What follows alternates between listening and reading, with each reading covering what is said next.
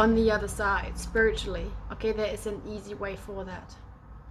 So know that you can find a relationship again with those people in a different way, in a new way. And this is exactly like surrender the expectations and the outcome. They're not gone forever. I mean, yes, we're going through shock, we're going through grief, and in relation to how much they meant to me and how close they were to you, there's different levels of pain and depth of pain that we are feeling, right? Like the grief of a child may be different to grief of parents or siblings, or grandparents or friends or what have you. So maybe there's friends that feel like family, like all of this sort of thing, right? There's different relationships we have to those people. But ultimately, when we get out, like when we feel these feelings through and work through all of this stuff, there's a bright side and a new connection, and we realize why all of this happened, and we can connect with them in a meaningful way, and even integrate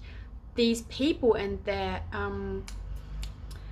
attributes and qualities in our life, and we literally can have a connection. It's just a matter of how open we are, how much we want to believe or not. Again, choice, right? It's a choice what we make out of this. And from that, maybe we help other people. Maybe we just are enjoying living in peace, getting on the other side and having that new connection with them, just know that nothing is ever lost. I know there's tough times out there, it hasn't quite me, but I feel so much, I'm just a sensitive person, and many of you may say you have no idea, and maybe I don't, but with the people that I'm attracting into my space, which is my intention to be a healing space to everyone that comes to me, is ultimately healing, because that's my intention of my energetic field, and everything I radiate out is what people that I attract that are coming to me, I want them to heal, even just by being in my space. They don't even have to talk to me or be in session with me or do my workshops or whatever programs, but just being in my space is my intention, is healing for them. And you have no idea, when people sometimes visit me in my house, I see things floating out of their bodies and stuff, and I'm not even saying anything, but I see certain events that happen to them, like some people got raped, and I see in my mind's eye what happened to them, and where in their bodies that's shifting, and we haven't even shed it, we haven't even gone there, it's just releasing. And I'm so grateful for that, and that's how powerful intentions are. So just set your intention and just watch it if you don't believe me, yeah. It's a tough time, guys, but it's also a beautiful time to connect and to really create light. We can create so much light out of this, so much strength, so much connection and unity and wisdom and knowledge, and vibrating high, like on a level. It's like, wow, there is so much in this, so much juiciness. So really, if we can pull all of that together and really practice what we preach, nothing can get us, and the rest is again over to the divine. Again, release the expectations. Who knows, even if you are the most vigilant person, shit happens to good people, shit happens to people that are most vigilant, and still stuff happens sometimes to them and sweeps them out of nowhere. Like if there's a lesson the universe wants you to teach, and maybe that's old too, it will, but at the same time, intentions, just have the intentions set, and do individual intentions. You can practice with what I said, but also listen to yourself. And this is why I'm so high on working with you and with people and bringing out their stuff and their individual strengths, and really get them to get their own answers out of them, because I can't tell you your answer, but you have them within, and I can help you find that. So when people say, I have a mantra in life that helps you, some people's mantras are whatever, this whole wisdom, and give me the courage to know what to change and what not to change, and the wisdom to know the difference, and all. There's this mantra. And for some people there's a mantra like Buddhist mantras, and they sing their Buddhist songs over and over and over again. for me, my personal mantra that I'm personally downloading, that's most important to me with what I'm going through, with what I have been through, and with what I'm here to do, is I listen, I trust, I take guided action. I've never heard anyone say that before, but it's I listen, I trust, I take guided action. It's simple, it's clear, it gives me guidance, and it instantly makes me act up on my intuition. I listen, I trust, I take guided action. Listen, I trust, I take. Sometimes I do stuff and I'm like, whoa, why did I do that? Oh yeah, that's right, because I'm repeating that mantra in my head, right? So this is why. And I listen, I trust, I take guided action. I was shut down at some point. And when I was in this abusive relationship, I shut down everything I didn't want to hear. It was too abusive, it was too loud, it was too negative. And I shut everything down to protect myself. I listen, I trust. That was no trust. I was so shattered. Reality was like, is this real? This is literally how I was running around. Is this real? There was a bin as I walked through the town. Like, is this bin real? This is how I would run through town. I was like, I asked people, like, how do you know you're dehydrated? And people said, just listen to your body, just trust your body. When your lips get dry or your tongue or your throat, just drink something. I'm like, my boy can trust that? Like, I had so much anxiety, my lips were constantly dry. So I was like constantly panicking and drinking water. It was insane.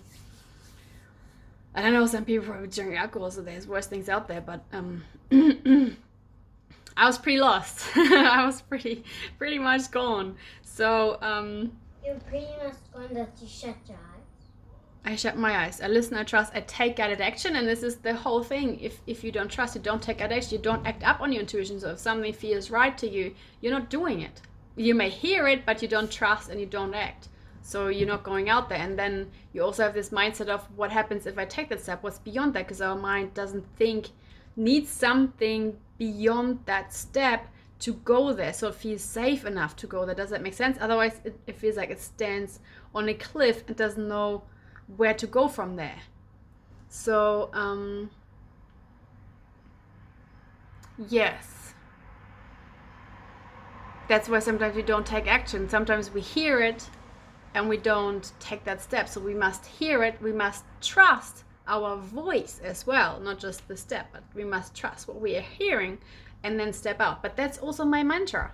Maybe your mantra is something completely else because you have, I don't know, maybe lost your child and your heart is broken in some completely different way, you know, and you need a mantra of like, I deeply care and I don't know, you know, like maybe your mantra is something completely different that you want to repeat over and over and over again to finally really let sink in until it becomes normal. Because things do become normal if we keep doing them. Just like that reality was normal. You know, everything that's shattering right now, the jobs and like, you know, everything is just like the life we knew with the restaurants and the way we went shopping and the way politics was run and the world was run. That felt normal because we've been doing this over and over and over and over and over again. Not realizing that that too can change. And now the most normal things are gone and we'd be like, whoa, what's happening? Like, whoa, of course energetically, if that changes, it changes you too. See how we are connected? The outside shifts, we shift out. Like it shifts us because we are connected. If we wouldn't be energetically connected, that shit wouldn't affect us. It could just shatter and we'd be like, so what? I'm not connected to that anyways. It doesn't bother me. But that doesn't happen, right? We are all freaking out. We are all panicking. We're running into shops. We're buying toilet paper. We're doing this and everyone is wondering why. And whoa. Instead of even people who are not buying the toilet paper are panicking, wondering about the people who buy toilet paper. Like, you know, it's like getting caught up actually in their chaos too, in a way. Does that make sense? So if we wouldn't be connected to one another, all of that wouldn't happen. Just like when your kid cries in tantrums and a mom gets upset or dad gets upset or someone else, you know, feels an emotion. If we wouldn't be connected to each other, it wouldn't happen. Wow, fuck, I'm in a good place here right now. Does that make sense? Can you see now that what I'm saying is not like woo? And as I posted, everything that people call woo-woo, there are people who preach like that, they say that's woo-woo. All these people that apparently preach woo-woo are now the calmest, most peaceful people that guide and hold the light in space and do all the fucking clearings for everyone that's going crazy right now, you know? Oh, humanity. As the Dalai Lama says, like, you're all running out there and you're all working for your health or whatever, and then you're spending all your money to get your health back. Like, all of what you're doing doesn't make any sense, right? And people are like, yeah, he's so right. And then they go to work again, and then they come back, and then they spend the money on their health again, and they get back. You said you're gonna be. I know, but this is important, and this keeps coming through. I'll be soon. I know, sorry, darling, but you can always lie in your room on mommy's bed. So, yeah. Does that make sense? That's why we're freaking out, because that shit it connects us. It's in our mind. Whatever we see and we get used to, and the life we have is energetically within inside of us. That's why it fucking hurts when someone leaves. If we wouldn't be energetically connected or love them or be in some way connected, we wouldn't be upset when they go. We would just be like, it's gone. I'm still standing here. You know? That's why sometimes we also get sad when buildings break down or trees get chopped off. We are connected with them. And it also depends on your own vibration. This is what I'm saying. If you can lift that and strengthen that, you do get to that place where you go, all right, I can hear this, I can feel this, but you won't get affected. You won't like run and buy toilet paper. It's not bad to buy toilet paper either. We all have our stuff. But you won't get so badly affected. Like, let's say when in these toxic relationships, right, where my ex would say something, it would totally shatter me, and I would get fear again, I would get triggered, and I would freeze. And then eventually, as I keep doing the inner work and keep showing up for myself, choosing me, setting my boundaries around that, and choosing my own life and what have you, eventually it just bounces off, and I'm actually holding my boundaries, and I have that strength, and I'm just like, no. I'm not letting that in anymore. I shift out. This is what I'm always preaching, like the Buddha when he sits under this tree or whatever, and preaches is like these love vibes and flowers that come out of him, right? And they even turn the spears and arrows that are being shot at him into love before it even hits him. And this is what I'm talking about here. And this is how you change the what? See how you change the vibration with that? You are now in charge. You are creating the life you want. So do you want to shoot arrows? Do you want to shoot love? Do you want to shoot friendships? Do you want to shoot healing? Do you want to shoot enlightenment? Do you want to shoot light? Do you want to shoot chaos? Do you want to shoot panic? Do you want to shoot fear? I don't even know if you can do that. I mean, intentionally maybe, but even if you would, as I said, if someone chooses to do that, if you choose love, protection, vibration, like all that kind of good stuff, which none of that is either good or bad, it still bounces off. Do you know what I mean? So no matter what everyone else does, you're still holding yourself in your light. And you know what a trigger is when it comes up. It's like, oh wow, I'm being triggered, so what can I do? I'm reaching out to my community. I'm doing self-care. I'm sitting in meditation with it. I'm doing that. Okay, you don't just get thrown off and fall over backwards. Does it make sense? And from that you create also a reality that is in alignment with you and your heart. Like for me, for example, I don't necessarily believe in politics. I think it's a funny idea that we think that a couple of people are sitting up there and choosing over the rest of humanity's life. That's like billions of people. I mean, I know there's several politicians, and then there's banks and all that sort of stuff, and some people think it's corrupt and they're all coming after us, but ultimately, like personally, I believe it comes back to this individualism. Like even if we have all of that, you can still make your own choices in life. And that maybe I would like to go home right now to my family and rather be over there, but I can't do that. But at the same time, I can still make choices around meeting certain needs, of being close to them, or what is it that I need? Why do I want to go back? What am I missing there in my own heart space? And then you go within and you sort yourself out and you do that. And that's when you feel better, okay? So you're not gonna die if you're not doing what you would like to do right now when you're in isolation or not seeing, or maybe you have even lost someone. It's a matter of going within and meeting that for yourself. This is what this is all about. Making your own choices. You don't have to do that. You can go out there and do whatever you want to do. But the message that's coming through is it is a time of doing that and connecting that. And this is what the Virya series is about for those that choose that path. He is one way of doing it. He is what I teach, what I came here for to channel for you, to give you those tools to do that if you choose to. Okay? So you go within, you sit with yourself, you ask yourself what it is that you need right now, what is it that you feel, and what is it that you need. And then you meet that need, and you will shift, and you will feel that, and you feel good. Okay? That's all we need to do. That's what I'm saying. Just reach out if it's big, because isolation, big stuff can come up. It's normal. We are all here together. Okay? So reach out, reach out, reach out. And have the intention to be held, have the intention to make even that easy. I ask sometimes even like, just make it easy to flirt, just make it easy to ask someone out, just make it easy. Like the most things that really feel hard, that I overthink all the time, just make it easy. Anything you have issues with, you feel insecure with, just make it easy to parent, just make it easy for my kids to eat vegetables, just make it easy to do the dishes, just make it easy to be isolated, just, intentions, ask. It gets to be easy. Find an easier path. That's my message to you. Is there anything else that wants to come through? It's just a big massive love heart right now in my head. That's what I'm seeing. So let the love in, guys. Let the love in. I'm one of them. As I told you, I've been crying about all my people. I'm like, oh, I'm not letting the love in. So I'm letting the love in and being the love at the same time. Facing all that prevented me from the good stuff. Oh, my kid wishes he would die. Isn't that so lovely too, in a way? He came here to love me too, and I have to let that in too. I'm like, oh, sometimes I get triggered by him loving me so much. I'm like, really? I grew up with all these beliefs that kids are, here to manipulate us, and they just trick us, and no, they just do that to get something, and all these sort of stories, right?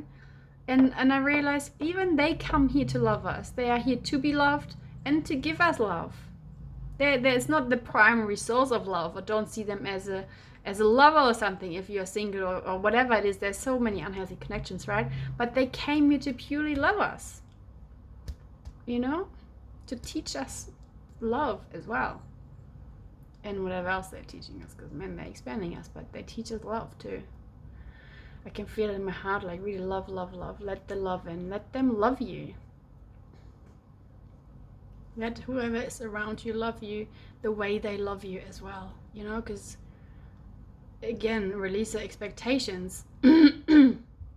Sometimes we want our kids or partners or whoever else to love us a certain way or be a certain way, but they may not. They have their own way of loving us. So just hold this space of allowing that. And still speak your needs. If it feels wrong, always keep your hand up and say, look, I don't like this. I want to be loved this way. Yes, yes, yes, yes, yes, absolutely.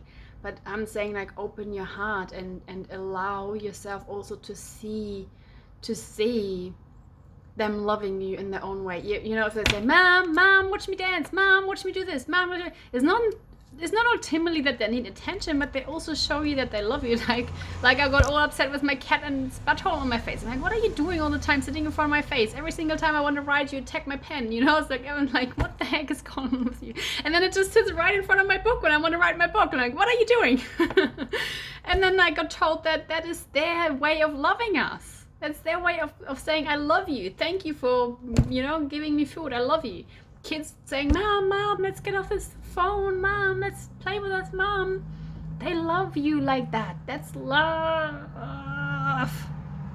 Maybe it's even love if your husband drops the dirty socks. You know what? I would love to have some dirty socks in the corner right now and a husband. You know what I mean? So treasure that and appreciate that. That's all love. And this is, again, waking up and realizing certain things. And if that's what you don't want and you wake up and you be like, you, right?